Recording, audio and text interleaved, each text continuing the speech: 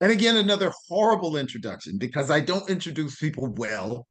But again, I'm with one of my most favorite people. And so I'm only doing videos with my most favorite people. So when I don't say that, the person is not one of my most favorite people. But this is Dr. Guy Chet, who is a fellow historian, was a seasoned historian. He's like a genius. He graduated from Yale, and he doesn't agree with anything that I ever say. And we always have these long conversations. I'm talking 2 hour long dinners and conversations and texts that we get tired of texting. So we leave voice messages about this and that. And I was like, so many people could learn from the type of exchanges that we have, that we have complete disagreements, but are never disagreeable. And I enjoy the mental jousting that we get to do, especially with somebody who is as seasoned as a historian as you are. So first, I would want you just to kind of introduce yourself because I don't want to mess it up. Um, there's a lot I know about you, but I would rather it be delivered once and correctly. I do want to get into your book. I think, is this your second or third book? This is my fourth book. Four. See, I want to be you when I grow up. I'm not playing. But Yeah. who are you? What do you Okay, do? Where do you do it? What are you about? so my name is Guy Chet. I'm a history professor at UNT. That's how Darnell and I met. Um, I don't want to be accused of false advertising, so I know we're going to be talking about Israel and the Arab-Israeli conflict, but that is not my field of expertise. My job is as professor of colonial and revolutionary America. Um, and that's so my first three books, my academic books, are on that topic. My last book is the one you just held up, and that is about uh, it's about, well, like it says on the title there, it's about the complicated relationship between American Jews and Israel, an evolving relationship. So it touches on Israel, Zionism, Judaism, Jews. Um, anyways, and so I also talk about these issues simply because I have experience in them. I was born in Israel. I was raised in Israel. My family's in Israel. I visit there a lot. And I'm interested in history of Israel, biblical history, the Bible, the Hebrew language. Um, so, okay, so that's who I am. That's what I do and do not bring to the table. Um, yeah, if you want to know anything else about, like I know today we'll be talking about this Israel stuff. If you want to know my interests in early American history, you can go to my website, What is your website? What's your guychet.com, GUYCHET.com. sweet? Okay. Before we get into your book, why why why a historian and why a historian in America? Why a historian? I had no other option really. In elementary, I don't remember that far back in my childhood, but ever since I can remember school, I only liked two topics: history and Bible studies, which is obviously historical. And and so when it came time to, so I didn't go to college after the army. I I got a job working at a hotel, and eventually my parents, uh, eventually I agreed to take one class in the Open University, and of course I wasn't interested in anything other than history. So I took a class on history, and then I liked it, so I took another one. Then I quit my job, went to college. But and the nice thing is that in Israel, you don't have, like in the States, when you go to college, you have to take two classes in science and three classes in sociology and two classes in history. In Israel, you can take all your classes in one department. Hmm. So I I went to college, took all my classes in history. So really, I didn't have, I'm a person of very limited interests.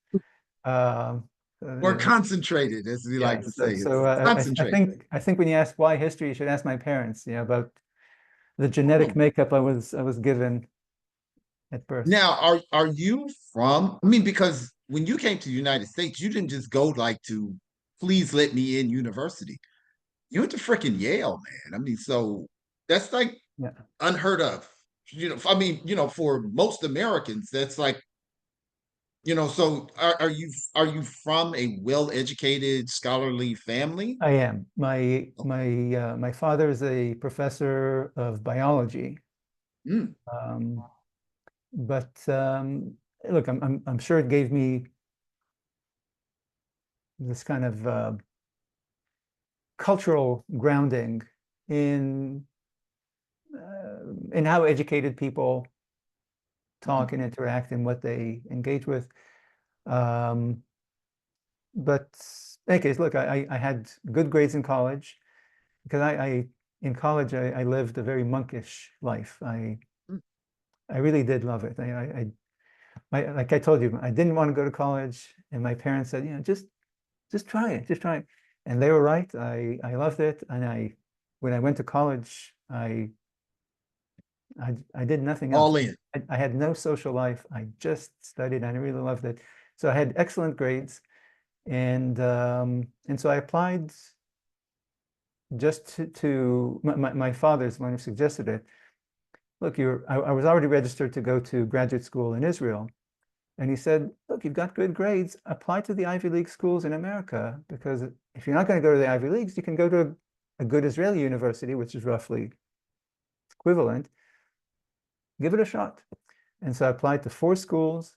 3 said no, 1 said yes.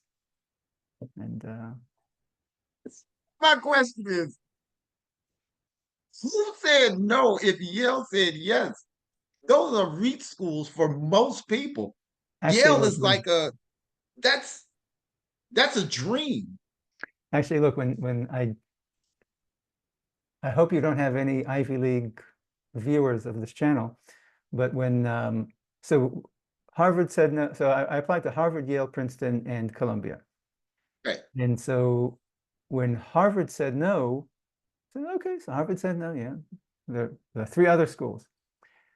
But then I got a no from Columbia. And again, I hope nobody's listening.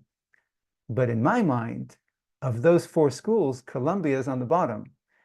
And so I figured, okay, if Columbia said no, Then I'm not getting in. Then of course Princeton and Yale will also say no. If I'm not good enough for Columbia, then I'm definitely not good enough for the.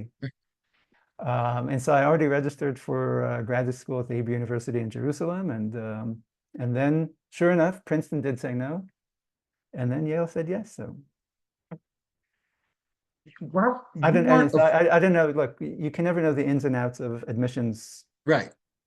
But you policies. had did you have any relatives already here? No, no. Why would you go halfway around the world? Look, Yale is a very good school. I was excited. I was excited to look. I really did do love history. I was excited to go to grad school. And look, and I always loved America. I always loved the States. So yeah, so it was a great opportunity to come to America, to go to a very good graduate program, to study more history, better history, especially given my field. Right. Obviously, Israel has less to offer for somebody studying early American history than does the US, especially a university in the heart of New England. So I was looking forward to it. So you were interested in American history in Israel. Oh, yeah, yeah, definitely. Really? Why? So this is something that only Americans ask this. Only Americans expect that if you're German, you'd be interested in German history. And if you're Chinese, you'd be interested in Chinese history. And if you're gay, you'd be interested in gay history. And if you're tall, you'd be interested in tall history. Yes. Um, and that's because America is such a diverse country that you really can't take the American population and tell, and not tell, but you can expect, okay, the Chinese Americans will go study Chinese history. The African Americans will go study African American history. The Jewish Americans will go study Jewish history. But if you're anywhere else in the world, if you're in Germany, Mhm. there's a German who is your Chinese history professor, and a German who's your American history professor, and a German who's your German history professor, and a German who's your British history professor. They're all Germans, and they study different fields. Same thing in Japan, same thing in Israel, same thing in Thailand, where because those populations are not that diverse. Like, First, yeah, how right. many Americans are there in Israel that could teach Israelis American history? You know, so they're just like here. You know, you have Americans who are interested in American history and Americans who are interested in German history. And it's just that here we tend to signal to people that if you're African American, the proper field for you to be interested in is African American history. And if you're German American, then the proper field for you to be interested in is German history or German language or German culture or German literature. Mhm. Elsewhere around the world, there's just there's no such messaging or no such expectation. So if you're a German college student, there's no suggestion or expectation that you should be interested in German history, but not in French history. What what this is my point. You're an international guy, right? You had Europe, you had Ah, within Europe, you had France, you had Germany, you had Turkey, you had Italy, you had so many places before you got to the other side of the Atlantic. okay. So, so I spent. So I tell you, my father was an academic. So his sabbaticals, so his postdoc, and I was born when he did his postdoc. Um, and so he did his postdoc in the US, and then he did his sabbaticals in the US. So I spent Okay. years 0 to 1 in the US, and then I mean, I was born in Israel, but I traveled as an infant here. And then first grade and then sixth grade in the States. Hmm. So I had exposure to America, and like everyone who comes to America, I loved it, and I had fond memories of it, and I kind of like the American story, like like most people around the world. Most people around the world kind of, I don't know if inspired is the right word, but it the American history captivates people's imaginations throughout the world.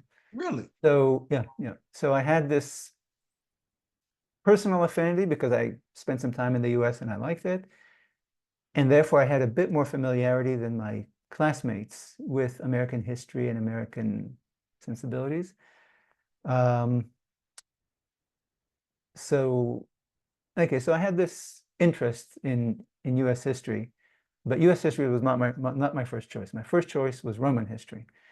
Um, and it's just that I took Latin for 3 years, and I had good grades, but the level of work that it took in year one, it was this much work. Year two was this much work. Year three, it was so much work, and it just broke my back. And I realized in my third year of Latin that I again I got good grades, but I could tell because that year, my last year in college, I also started taking German. And in German class, within a semester, I could just look at the paragraph and I could tell roughly, okay, there's a boy and a girl and something with a cow, and so I could tell roughly what was going on. Whereas with the Latin, after 3 years of getting A's, I'd get a paragraph and I could make no sense of it at all, except by, I had my tables on the one hand and my dictionary on the other, and I'd go word by word with the dictionary and the tables and translating it. And so when I started taking the German, it was so easy, relatively easy. that's when I knew, okay, I don't have any feel for this Latin stuff, and it'll never be a language that I can work in. And it kind of clarified to me, Roman history is not in your future. And so I went to my second favorite field, which is American history. So why colonial history? If of all of the things, because technically that's pre-American history. Yeah. Um, that I don't know. It I don't know. It might be simply the classes that were offered. It, okay, I take it. I knew I'm not a modern history guy. I don't like modern history. Partly because it's very complicated. Like modern history, modern, When you're saying modern, are you talking post 1865? yeah, not 19th and 20th century. Yeah, yeah. 19th, 20th century. Okay, gotcha. You have telegraph, you have radio, you have modern communications, you have modern Newspaper, ideologies, print and mill. it's just very, it look, it's hard for me to understand our society, how it works. And so it's hard for me to get into the minds of people or leaders or businesses or whatever else in 19th or 20th century America, because it's too complicated for me. Okay. Or in my case, in military history, I don't understand how you can be a general in the 20th century or the 19th century, because the field is so vast and managing a campaign is so complicated. Whereas in pre-modern times, 18th, 17th, 16th, before centuries, I can roughly imagine it, and therefore I can roughly understand it. Hmm. So I think that's part of it, that I was always not going to go to modern history. Um, but then on top of that, it might have just, well, actually, I think that's it. Look, if you're not doing 19th and 20th century America, then what's left? You're doing 17th and 18th century America. That's all there is. All So, right. yeah.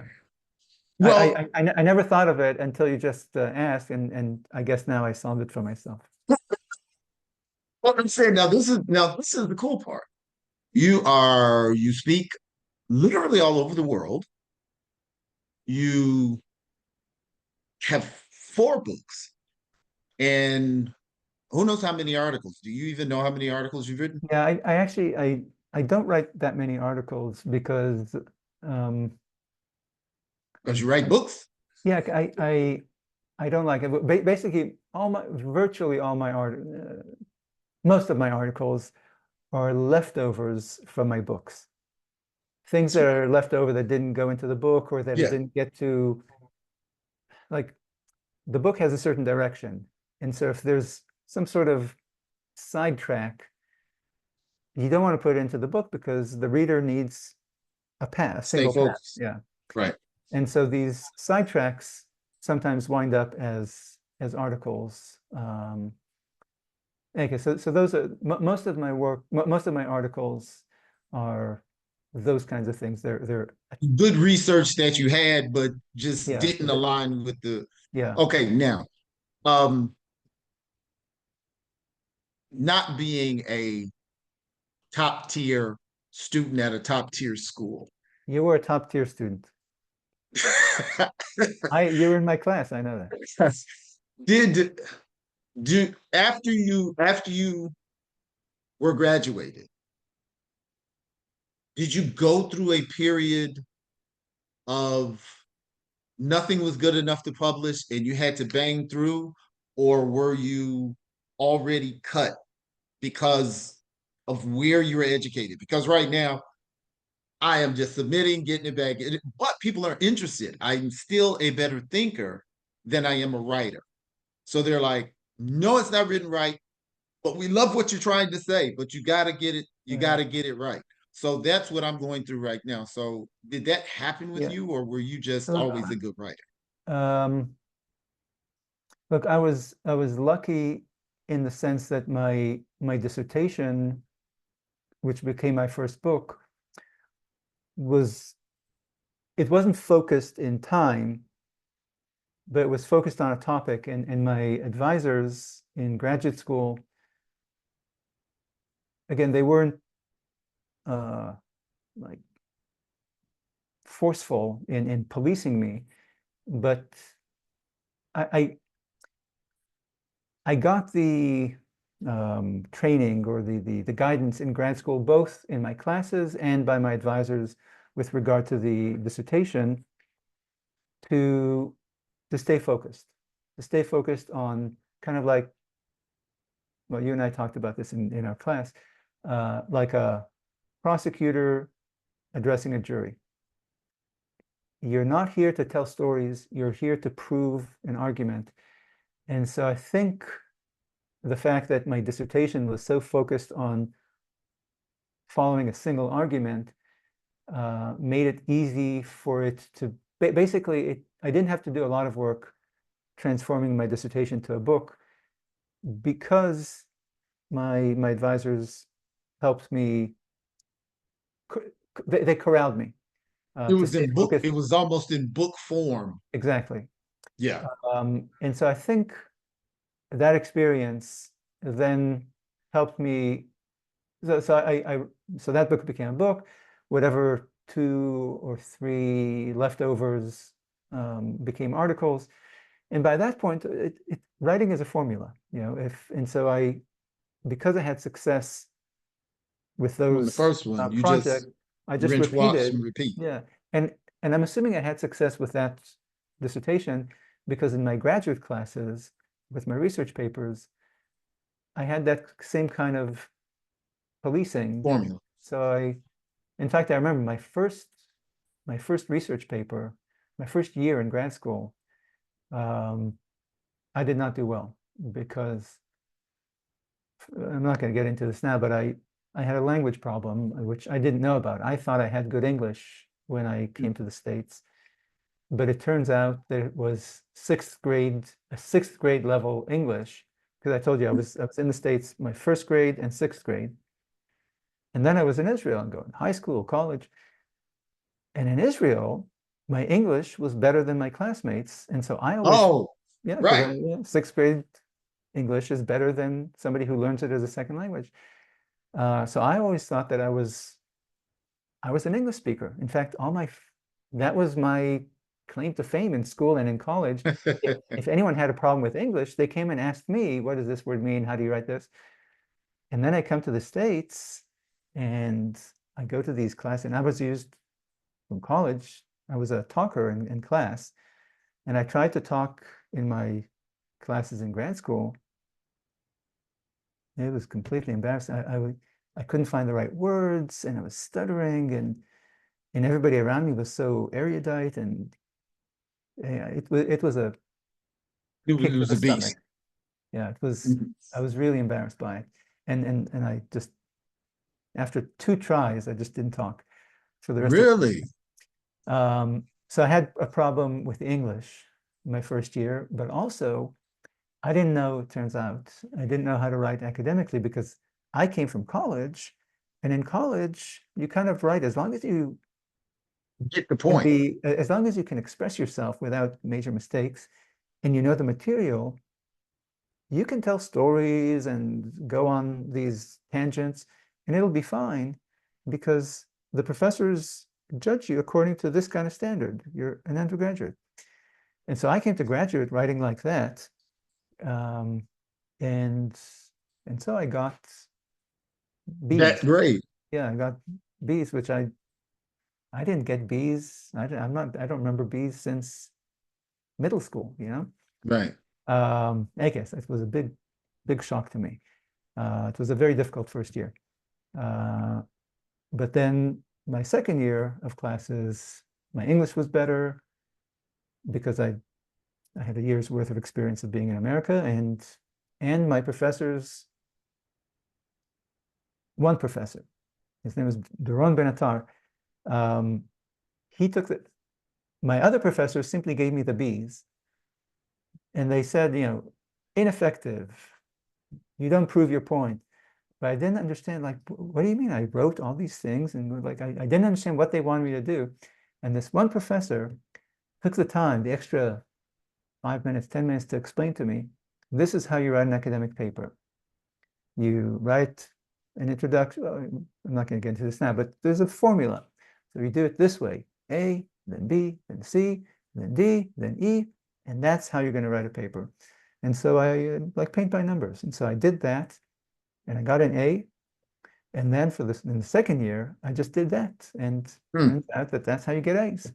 So Well, I need to sit down with you again so I can I can get it. And I see that's what it is, because I'm seeing that editors are assuming I don't know something that I do know.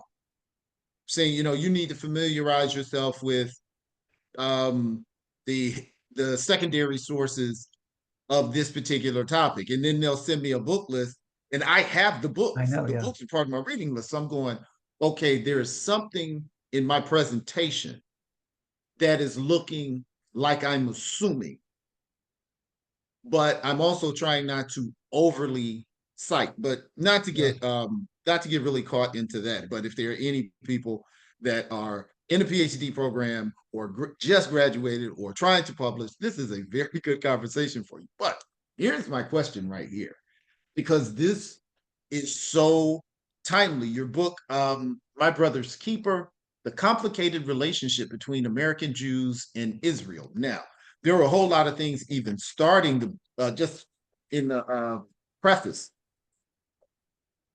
I just wasn't aware of, and I was extremely interested in. And it was and with everything going on with Palestine and Israel being in the news, and America's involvement in it, it really is not a better time to actually publish a book on anything Jewish or Israel. And before that war, we had the especially with the Black community, we had the Kanye West, the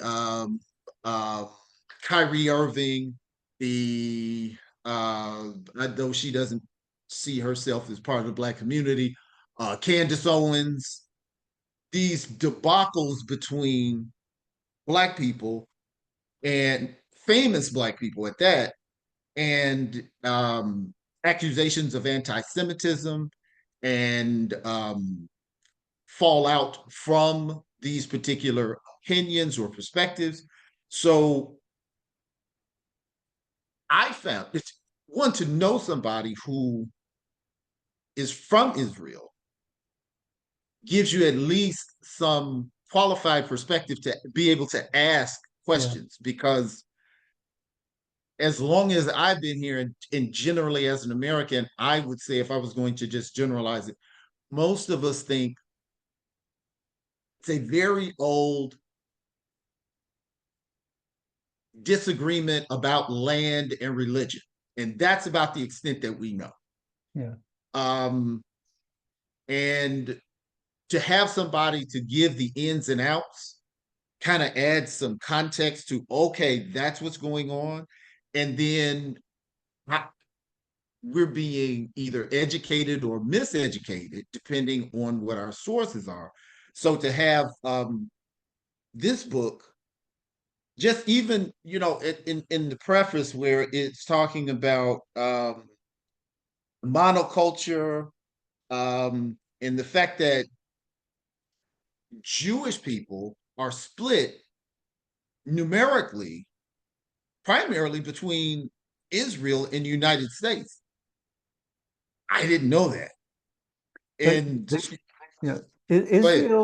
Israel is a major topic of discussion for many people. We can discuss why that is, why people are so obsessed with this small country and a relatively small conflict even. The Arab-Israeli conflict seems like it's the big... By any numerical standard, it is a small conflict. And yet people are really interested in it, talking about it. And the problem is that most people, like you said, they don't, and it's true for American non-Jews, American Gentiles, and American Jews. They don't know much about Israel. They don't know much about Judaism or Jews, but it's a big topic of conversation. So a lot of people are speaking. Did I understand that you said, did I read this right? That the both that most Jewish people are not are well, here it is right here. Israelis are quite irreligious by, I think you said 64%. Yeah, I I like roughly 60-40, irreligious versus is religious. now a lot of Americans don't know this, so I'm not going to stand on this ignorant pedestal by myself. Most of us think Jewish as religion. So to hear that Yeah. Jewish people are not religious, that's what makes you Jewish. Right. Look, the first chapter of the book is called Religion or Nation. Right. Judaism, Religion or Nation. Mhm. Americans, so again, yeah, we're probably not going to cover it in a short conversation here, but um, historically, since the dawn of Judaism to about 200 years ago, roughly 200 years ago, it was clear to all Jews and to all non-Jews that the Jews are a people and that they Hmm. have their own religion, okay? That they're a nation, a national group, or an ethnic or national group, and they have their own national or ethnic religion. Then about 200 years ago, there was this kind of like a reformation, a split within Judaism, and a new brand of Judaism was formed called Reform Judaism. And from this branch, a number of other smaller branches eventually came, like conservative Judaism and Reconstructionist Judaism, but it's all roughly under the Reform umbrella. Is the Reform Judaism Zionism? No, no, no, no, That's different. no, no. Okay, go I'll tell you ahead. what Zionism is in a second.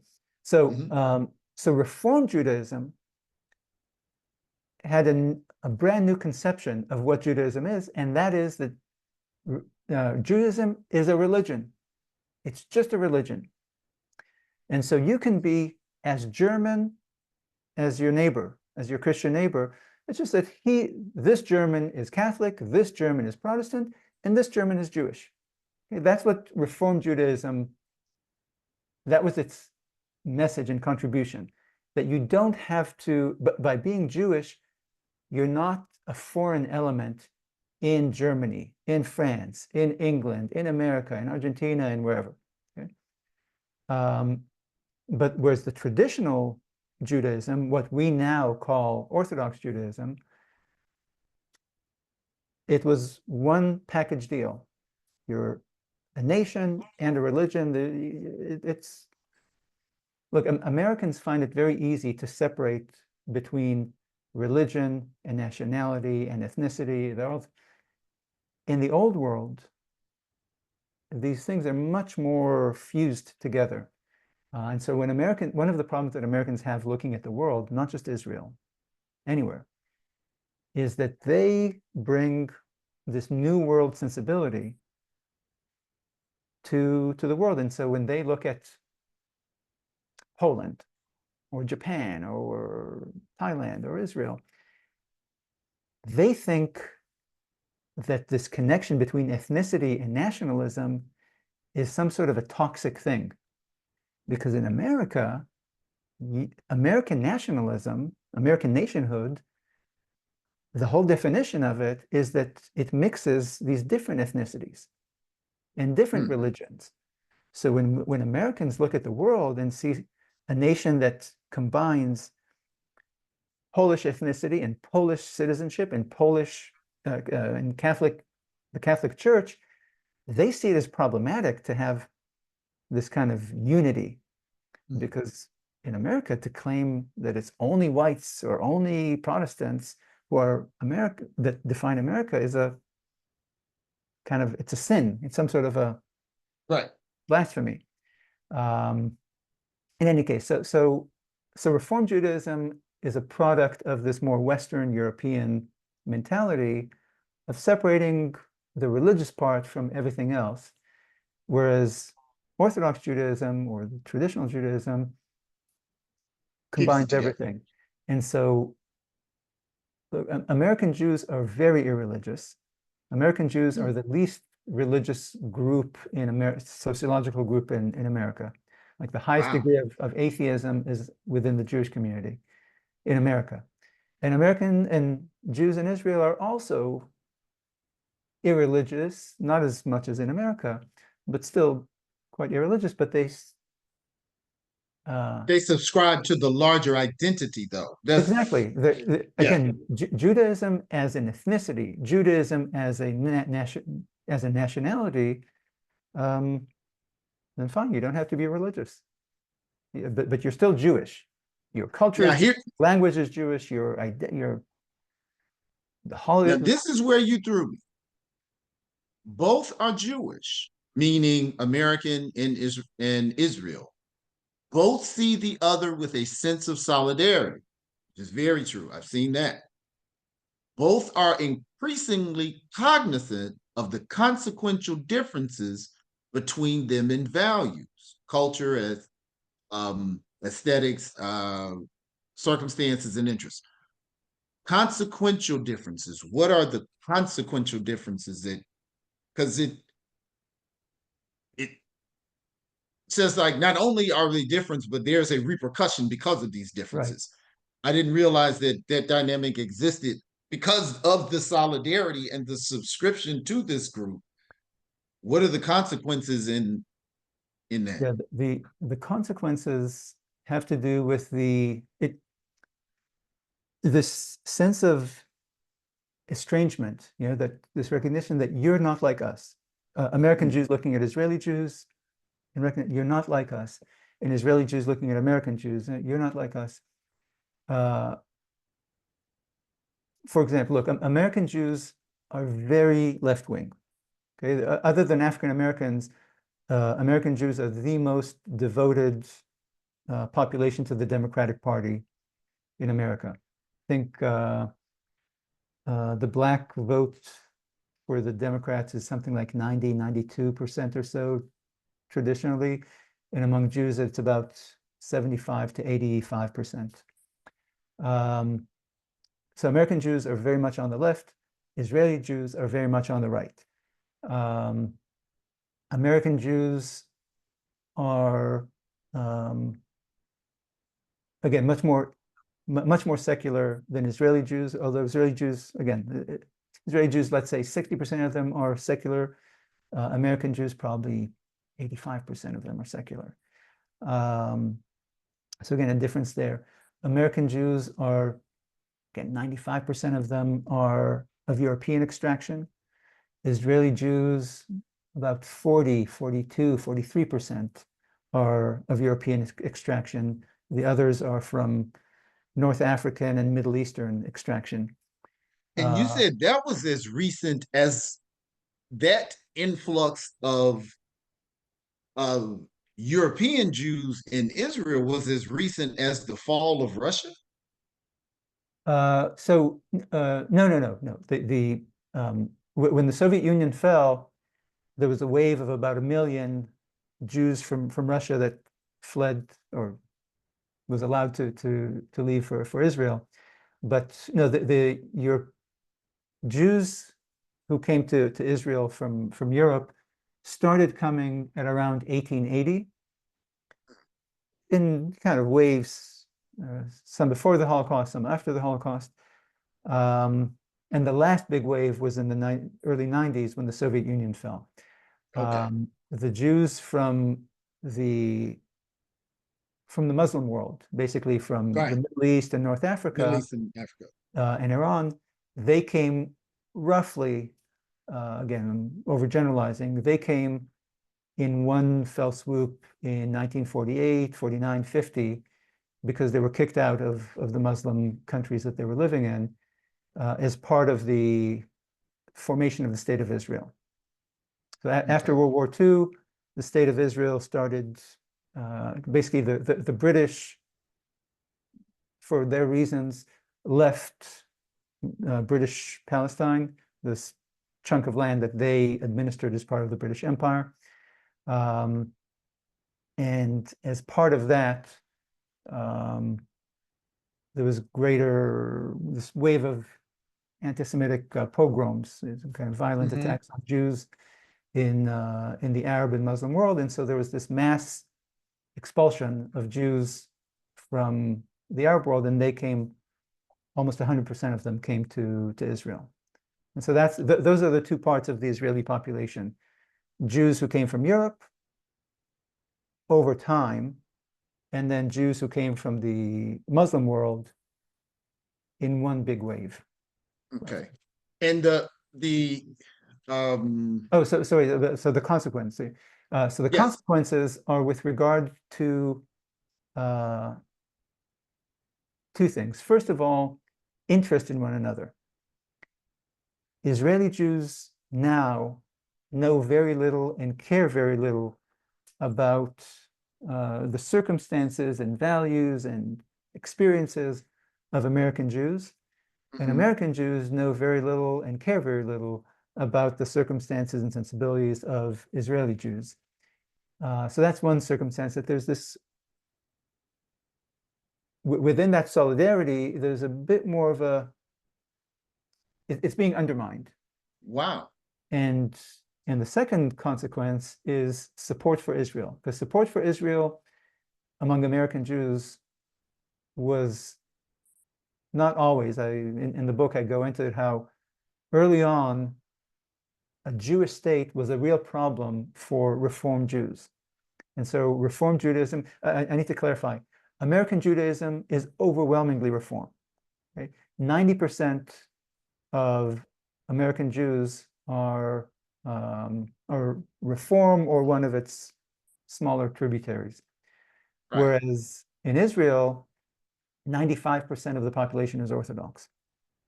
So, so early on, before the formation of the State of Israel, a Jewish state was a problem for Reform Jews, because the whole purpose of Reform Jews is to argue that Judaism is not a nationality.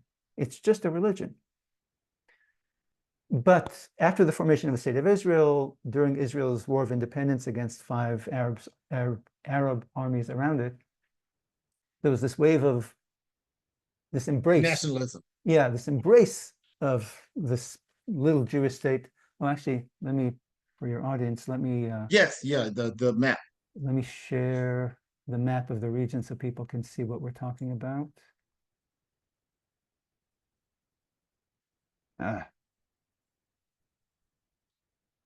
Share. Sorry. Okay, I'll keep working on this. So, oh, here it is. Share. Do you see this? Yes, I see it now. Okay. Morocco, So Algeria, Libya, yeah. Egypt, Turkey, So this all these Syria. so all these countries that are in color are the Muslim Middle East, or what's Yes. considered the Middle East. So it's part geographic, part cultural. So you have all these Muslim countries here. In Israel is this pink little thing here. So Lebanon above it. This is Israel, Jordan, Syria, and Egypt on its borders.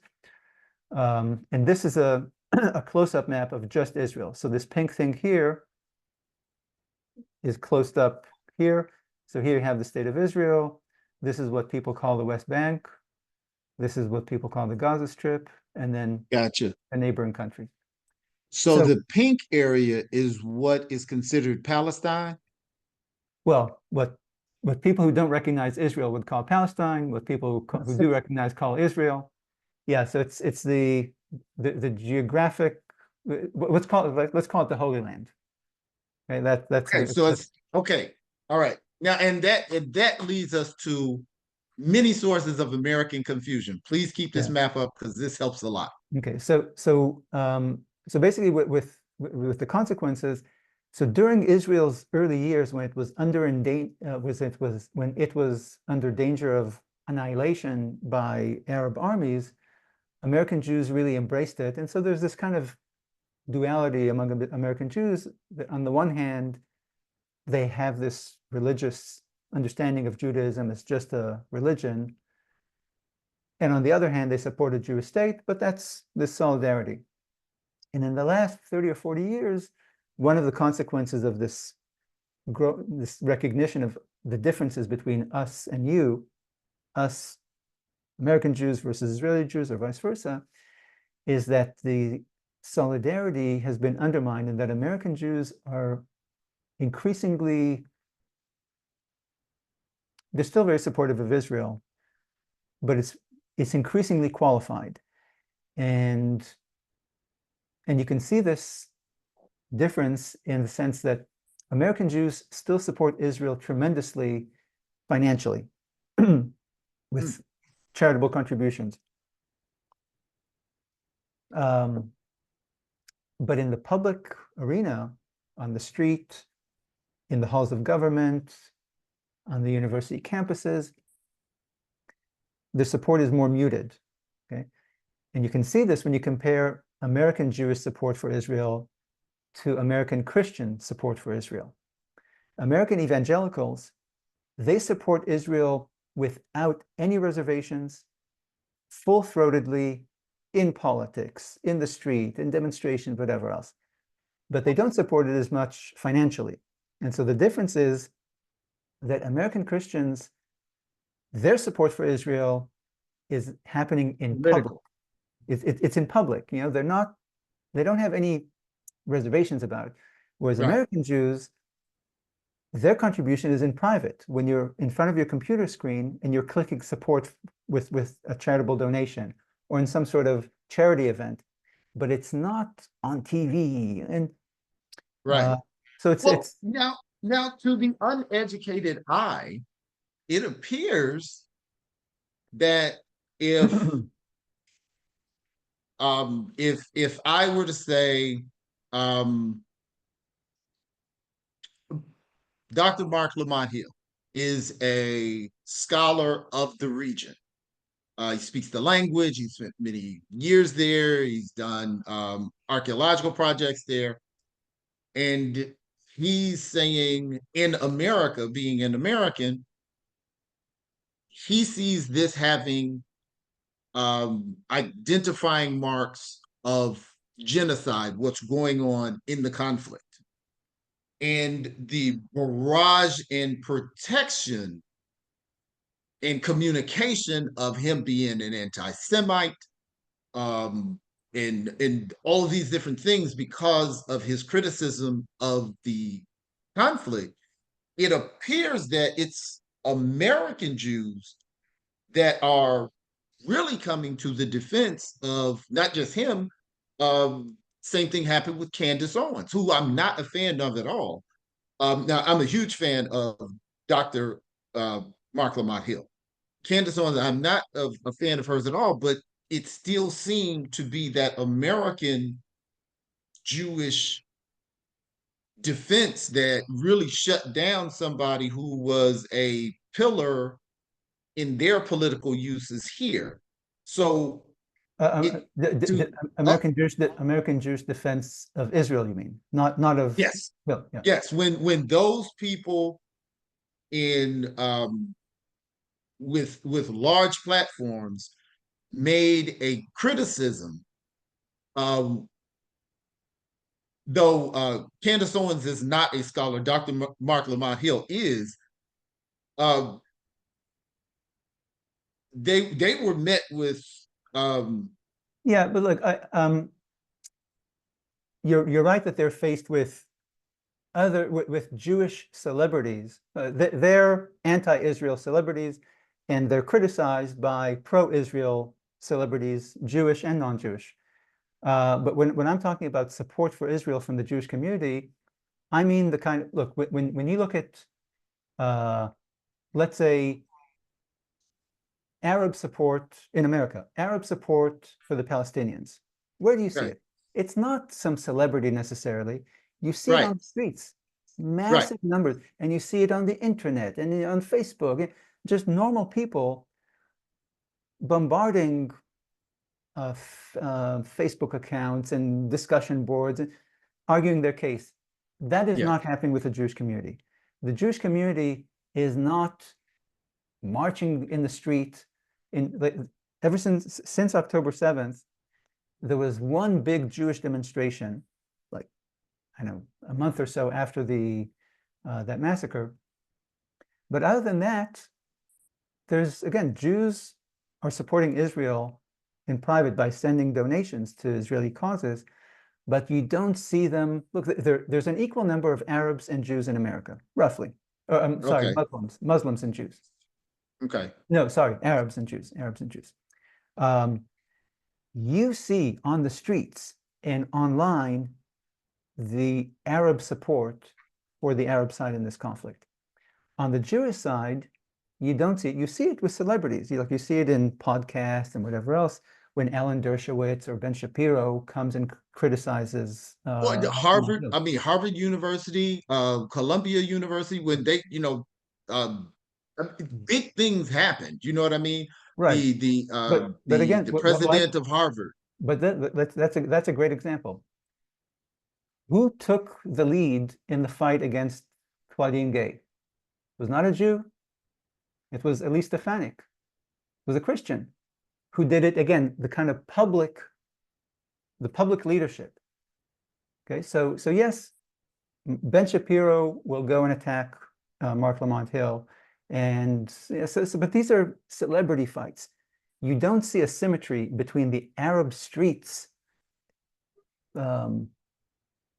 mobilization for the Palestinians. You don't see that on the Jewish side. Let me pose something that may make sense to that. We're looking at that in the lens of America. When the oppressed clearly have to protest. So you see Black people protesting, you see um, Native Americans protesting, you see brown lives, immigrants, whatever the case may be. You don't see the dominant culture protesting. You see them adjusting and planning. Okay. That being part of American culture, the same would stand true in this case. Whereas, well, but yeah, but the question is, I can accept that people who see themselves as oppressed groups in America, their mode of voicing their complaint is on the street and protest and everything else. And yet you do not see them, these same groups, protesting much worse, I'm double scare quoting, genocides. Okay, when 800,000 Arabs are slaughtered by Arabs in Syria, you didn't have this kind of mass support for them. When 300,000 Yemenite Arabs, Muslims, are killed in this kind of civil war or this kind of war by Saudi Arabia, you don't get this. So there's this protest is not the way that oppressed groups voice their solidarity with other oppressed groups. There's something about this conflict that triggers this kind of mobilization in America on behalf of the Palestinians that is hard to explain. You're talking about Mark Lamont Hill. Look, if he's a scholar of the area and he cares about the welfare of the people of the area, I have not seen people like him or Candace Owens or many others like them expressing, look, this war, if you believe the numbers that we're getting from the Palestinian side, killed roughly 45,000 people so far. Meanwhile, at the same time, there's a war going on in Sudan that has killed 115,000 people. Has anyone heard of it? Has anyone talked about it? Has anyone demonstrated about it? No. In Syria, 800,000. In Yemen, 300,000. These are all Arabs, Muslims being killed, or not in Sudan, but so you see that the world can keep turning just fine when Arabs kill Arabs by the hundreds of thousands. And Mark Lamont Hill is not going on Bill Maher's show and talking about genocide and how we have to do something to stop it, and going to Congress and speaking. One thing I do want to do is to make a disclaimer for anybody that is looking at this, or if it's cut up into a short and they only see this part. This is not a debate. I am asking for clarity. I am not educated enough to have a position. So this is my opportunity to ask questions to get answers, but I have no agenda because I don't have enough information to have an agenda. Right. And so that's where these questions are coming from. Yeah. I would interject that the reason why I would feel a degree of responsibility to this particular conflict is because a significant portion of American finances are dedicated to it. Is that an intelligent argument for you saying, yes, this is happening here, bigger conflicts are here, bigger conflicts are here, more deaths are here. Why aren't people talking about these? They're only talking about that. And if an American says, our funds are connected to it, more money has been sent for this conflict, whether Palestinian or Israeli, than would cost to stop hunger in America or homelessness in America. So if it's something that is it's more important to the United States government than hunger or homelessness, I think that's what draws Americans' attention to it. Right. So, so what say you to that? So it's not being an anti-Semitic criticism; it's a level of fiscal interest. So, I don't think it passes the evidentiary test because, first of all, in Europe, so other NATO countries, okay, so it's this level of interest and the level of mobilization on behalf of the Palestinians is taking place not just in America, which does invest a lot in Israel, although it invests a lot also in Egypt and in Israel's enemies. Egypt, Jordan, Palestinian Authority, Saudi Arabia, of course. But so in Europe, the European equivalents of Mark Lamont Hill and of the American protesters on the streets, okay, so Arabs and Muslims and others, now not just Arabs, in England and France and Germany and Belgium and in Sweden, they're also protesting, even though they invest zero in Israel. Number one. Number two. That American following? Pardon? Is that America following? A lot of times people take the trend of what America does. Is that, do you think, or is it as simple as anti-Semitic? Is it, if Jews are doing it, we don't like it? Look, I have a hard time. I can't read hearts and minds. I can tell. Okay, let me just finish the other. So that's one reason why I don't see it, that defense that, hey, we're invested here and that's why we care. Because here we are invested also in a war in Ukraine. And the war in Ukraine the US has invested not just more money, tons more money. The US has invested, by my count, something like $130 billion in the war in Ukraine. It's invested something like 17 or $14 billion in the war in Israel.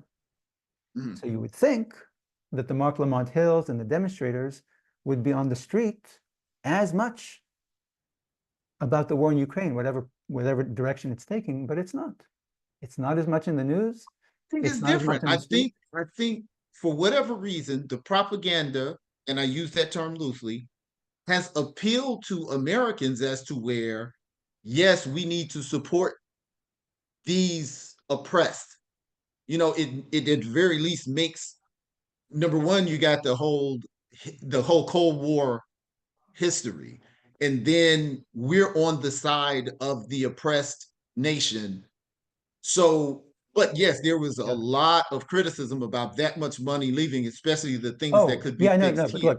but look, the criticism that we're talking about here from Marc Lamont Hill, Marc Lamont Hill is not complaining primarily about how much we're investing in the war in Israel. Okay? Like if if the US invested as much money in the war in Israel on the part of the people that he sees as oppressed, he'd be fine with it. Okay? So it's not like Marc Lamont Hill is not making an argument about money. That's fair.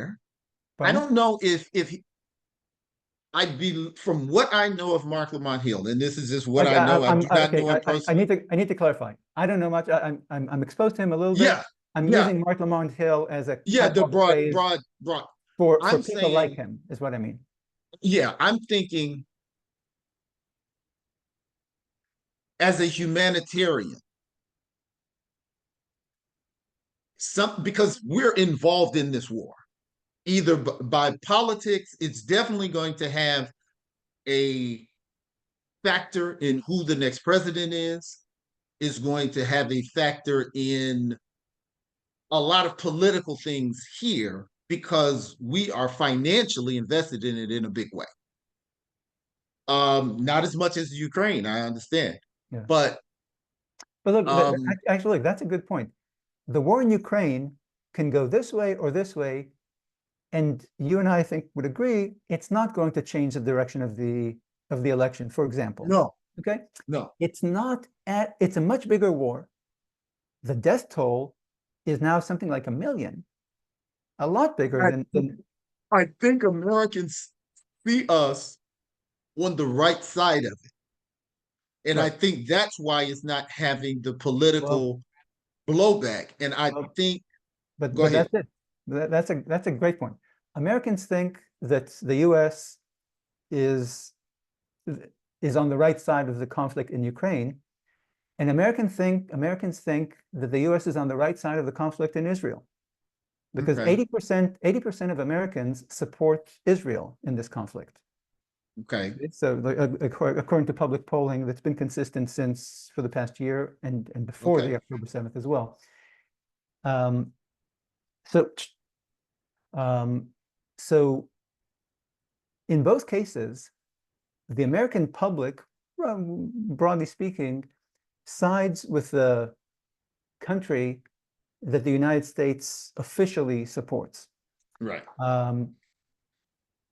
But that support, that American support for our ally, Ukraine, or our ally, Israel, is received differently in the population. Okay, that here, yes, there's overwhelming kind of,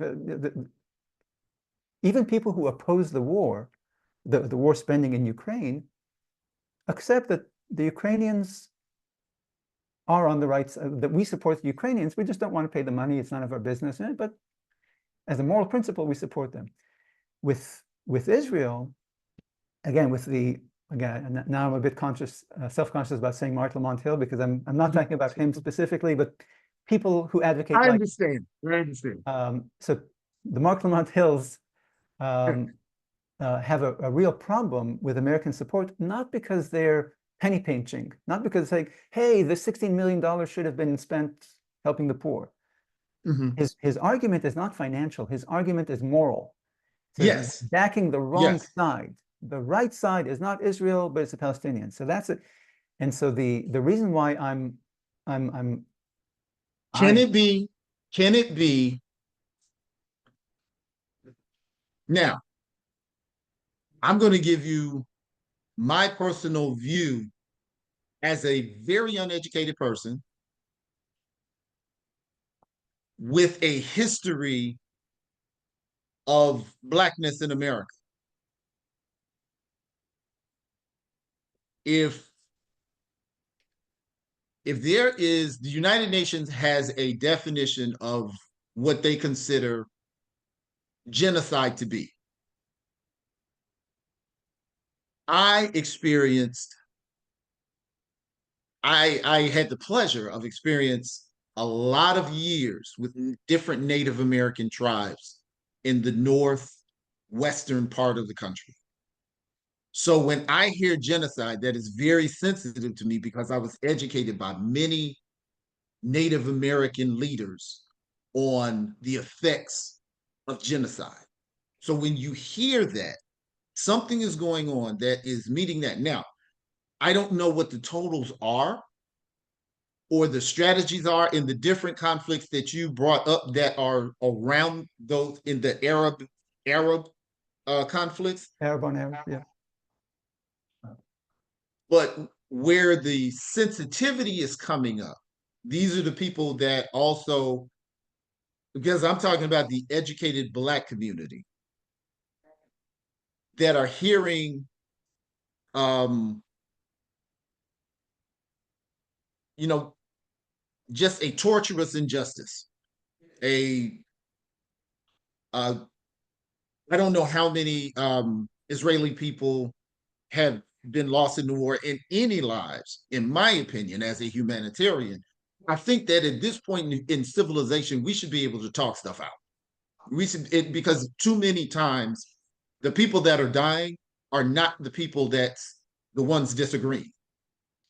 I disagree. So I if disagree. I'm Look, hearing anybody dying, I don't like that. look, I would like to I see. disagree. In most wars, okay, okay, I take it back. I don't know about most wars, but certainly when you look at Ukraine and Russia and here the Israel and the Palestinians, most of the people who are dying agree with their government's position. Like Israelis are overwhelmingly supportive of the war effort, and Arabs are overwhelmingly supportive of their war effort. So it's not like, oh, the puppet masters, the governments are having a war, and the people who are dying are kind of victims of this manipulation. And There's you have told me many times that Americans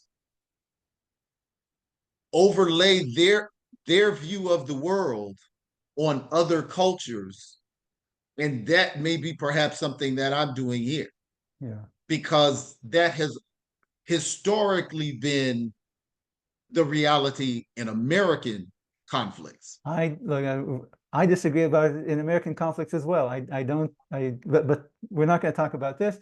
But like this argument is a class-based argument that's made by Westerners about the American Revolution and the American Civil War and World War I and World War II and Vietnam, that there are these shadowy captains of society who are orchestrating these wars, and the poor Joe Schmoes of the world go and kind of foolishly are captivated by propaganda, and they go fight these wars. It's how do you say it? It was a rich man's war, but a poor man's fight. It's this Yes, thing. but you have to understand when you're talking to educated Black people, they know Black people have fought for freedom and liberation since the Revolutionary War. Crispus Attucks never got it. Civil War. Um, the Black regiments that fought after the Emancipation Proclamation still Right, had 100 years of Jim Crow, Plessy right, versus right. Ferguson, you But know, but when civil they rights resistance. yeah, but when they went to war, the point is that these are poor people. Okay, these are not these Black soldiers in the Revolution, Civil War, World War I, World War II. Mhm. They went to these are not captains of industry or these rich cabals. They went to war because they believed in the cause of the war. So it's not as if the rich people orchestrate wars and the poor people go and fight for somebody else's values. They Okay, fought, but rightly or wrongly, for their own values. They yes, but believed in them. okay, let's stay in your area of expertise. The War of 1812. When that was resolved in the Treaty of Paris, all of the imperial nations settled their land, but the natives in Canada weren't even part of the peace talks. Right. And they were completely left out. So, yes, there are people that may believe in the ideal that's being fed to them, but there are people who have blacks, natives. The natives have been in every war we've had that have, and when I'm saying we, I'm talking about the Right. Yeah. United Yeah. States Americans. now, Yeah. where we go to war after war after war after war with this idea that there is something in it for us.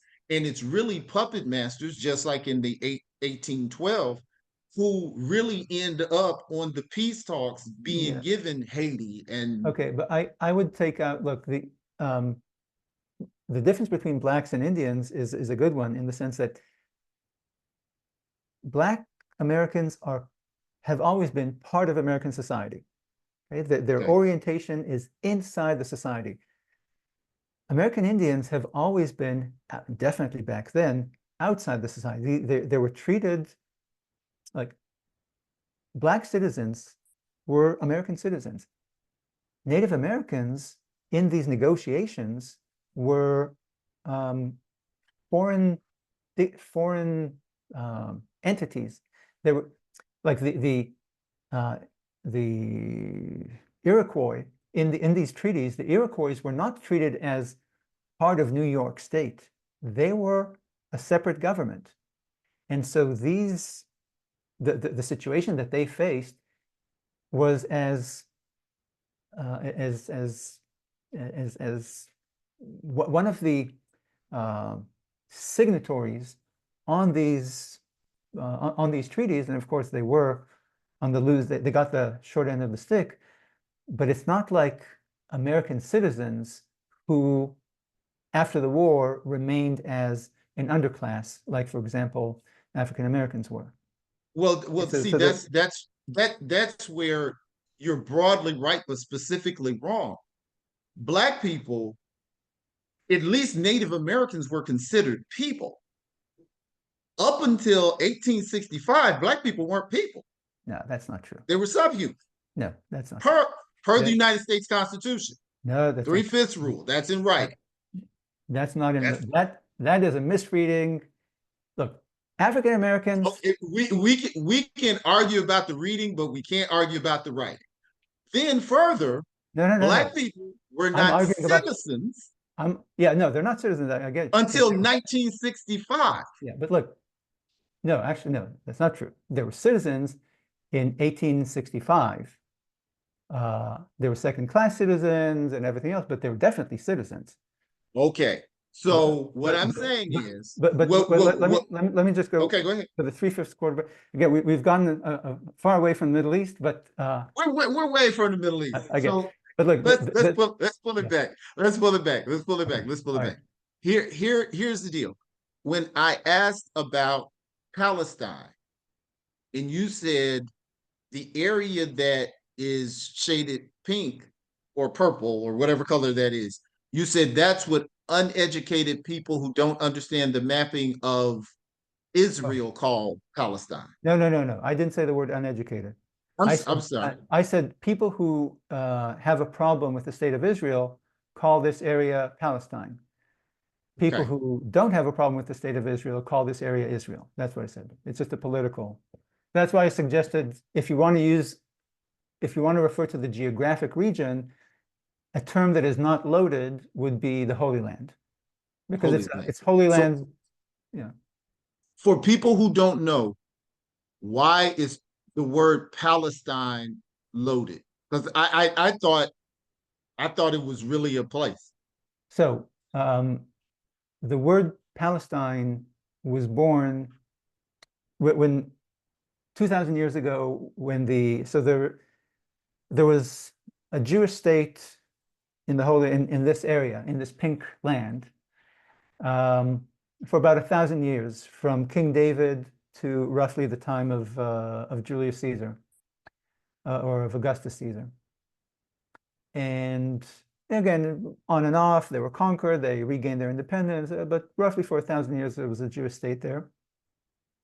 And then the Romans took it over. The Jews rebelled once, rebelled twice, defeated both times, and exiled. And part of the Roman repression of the Jewish revolts was that they changed the name of the country from Judea, which was what it was in the time of Jesus, to Palestine. And so the name itself was an effort to stamp out Jewish presence in this land, and it went hand in hand with the exile of the Jews. They were driven out as part of the Roman punishment.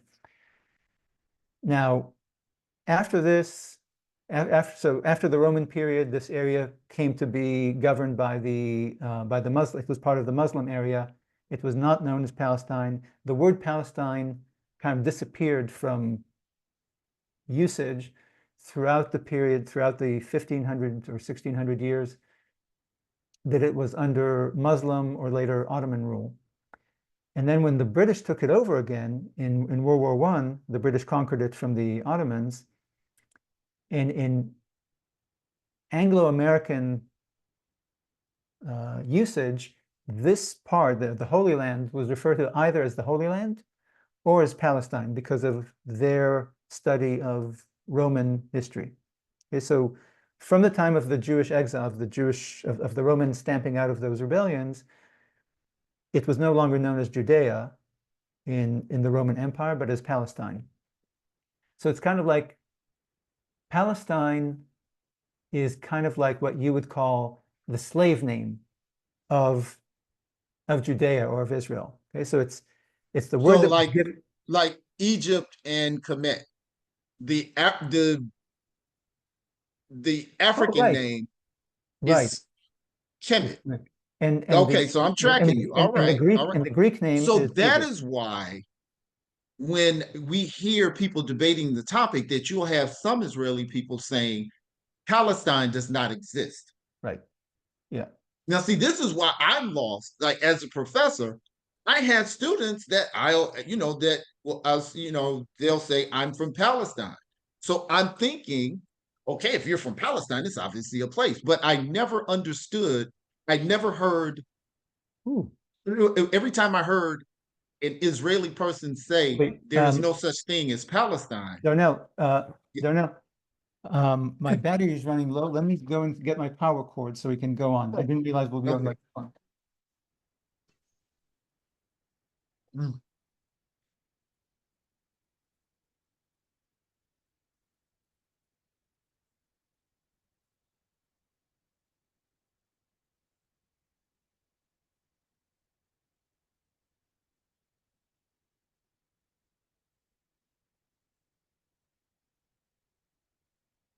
I Okay. see the producer is going to have to make this. He's going to have to cut this into 2 videos because they told me only 45 minutes and I was doing good.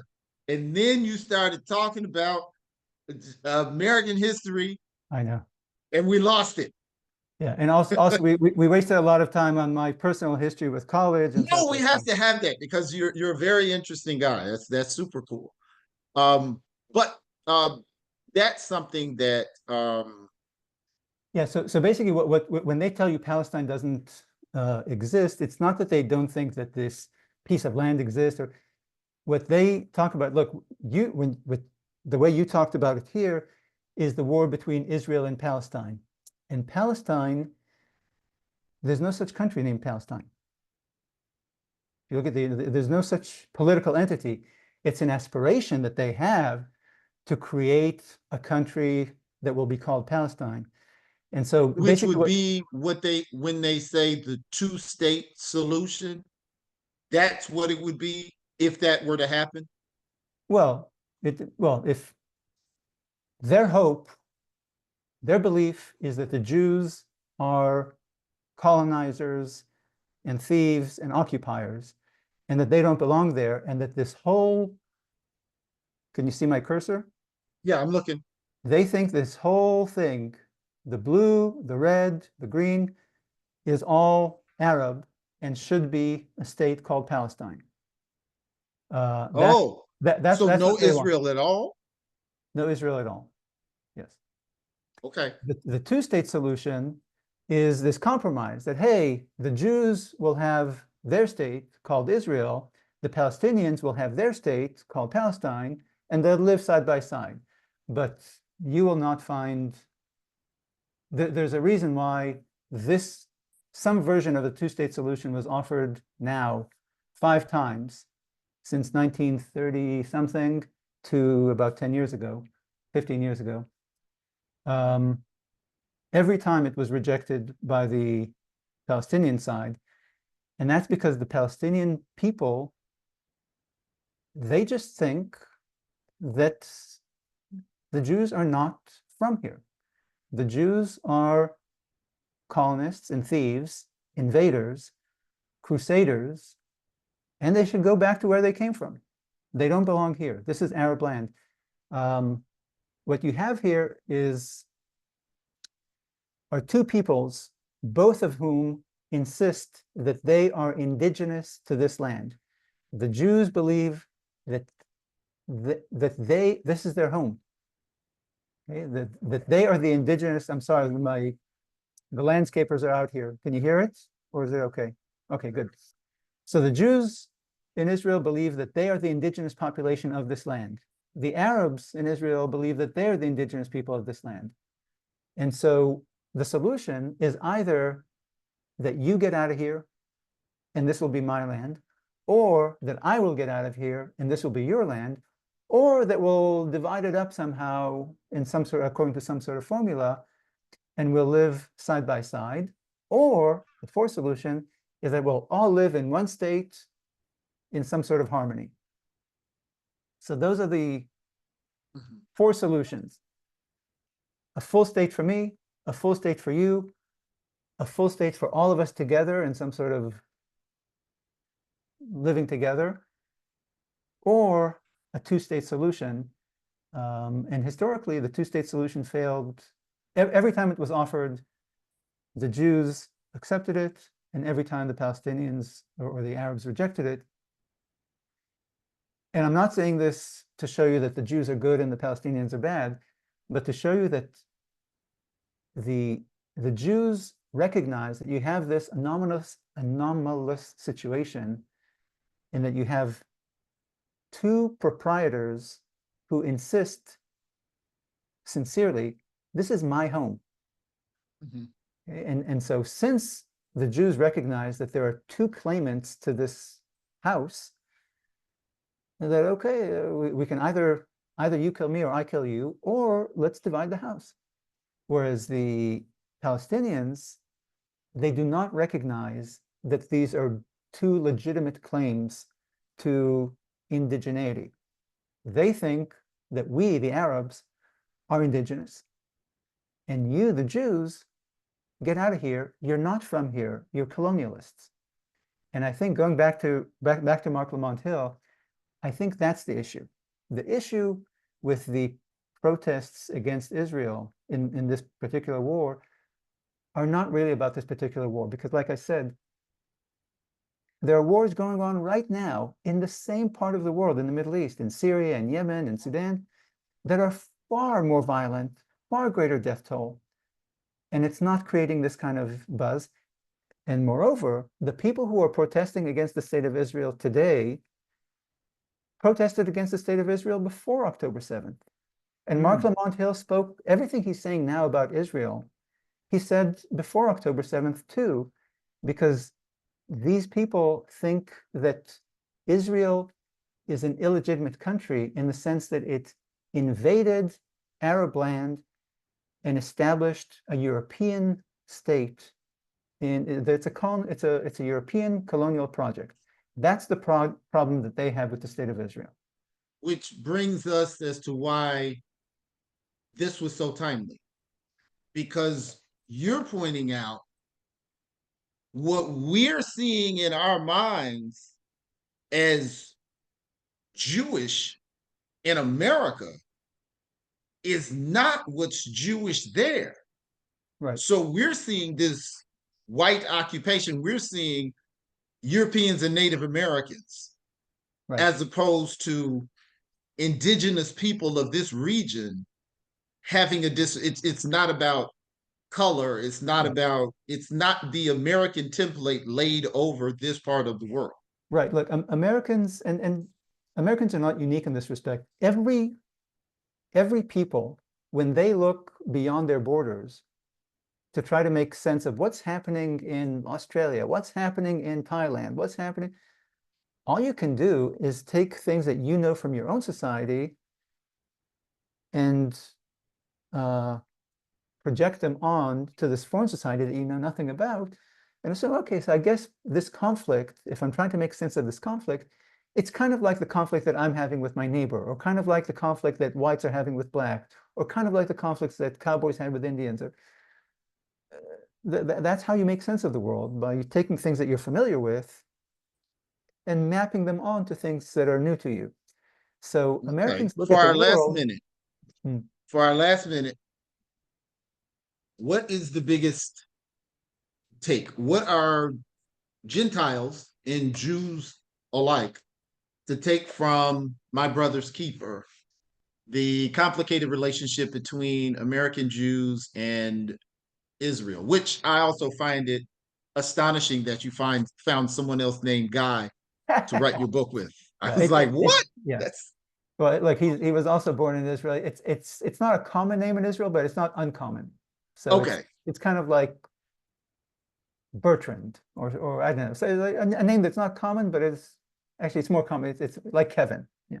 Okay. So the takeaway. What should Yeah. non-Jewish people, what should Jewish people take, and how does this relate to the conflict that has so grabbed the world? And I'm going to give you the last word. Yeah. So look, it's not it's related to the conflict, but it's not about the conflict. This book, I'll take 2 minutes. We were forbidden by Amazon from Amazon would not allow us to advertise this book on Amazon because it deals with a controversial topic. And Google the same way. And the point is, it doesn't deal with the Arab-Israeli conflict. It's not about the Arab-Israeli conflict. It really is about Jews. It's about the relationship between American Jews and Israeli Jews. Now, of course, it takes place within the context of Israel's history and Israel's wars with the Arabs, but it's not about this supposedly controversial topic. It's about this relationship between American Jews and American Israel that has, over the past 30 or 40 years, developed a greater estrangement between these two Jewish tribes. Like you said at the beginning, the Jewish world today is divided roughly evenly between North America and Israel. And the relationship, which used to be very close, there's some friction there.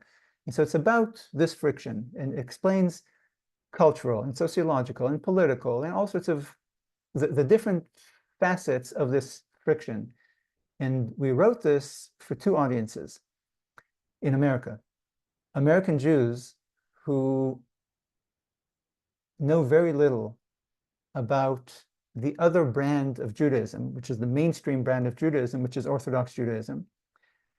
And therefore, they have a hard time understanding Israeli Jews. And why are you so, we believe A, B, and C. They look at Israeli Jews. You're also Jews. Why don't you believe A, B, and C too? We're all Jews. And it's because they come from a different background, politically, religiously, sociologically. So it's for them to help them understand a little bit more about this other Jewish tribe. And it's addressed to American Christians who are really interested in Jews, in Judaism, and in Israel. And not just interested, supportive, like they love Jews in Israel and Judaism, but they don't know much about it. And who is, like, if you're an American Christian and you want to know something about Israel or about Judaism, who are you going to ask? You're going to ask your American Jewish neighbor or American Jewish friend or American Jewish college professor. The only problem is the American Jewish neighbor or friend or whatever has this problem that he also doesn't know much about Israel. He's never visited. Exactly. He doesn't know Hebrew. He hasn't read the Bible. He doesn't go to Jewish services, to synagogue. So you've got a crowd of Christians who really want to be informed about Jews and Judaism in Israel, and they're turning to a population that can't guide them. And so this is a guide to both. Dr. Guy Chet, amazing as usual. Thank you so much. We gotta do this again. We have to do this again. I'm going to finish your book and I will have more questions. Next time But we can do it about American history and veer off to discuss the Middle East instead. Yeah, we'll start off talking about that, then we'll end up over there. But thanks a million, man. I appreciate it. Sure thing. Sure thing. I All right. enjoyed it. Thank you for inviting me. No problem. Okay, let me stop the recording.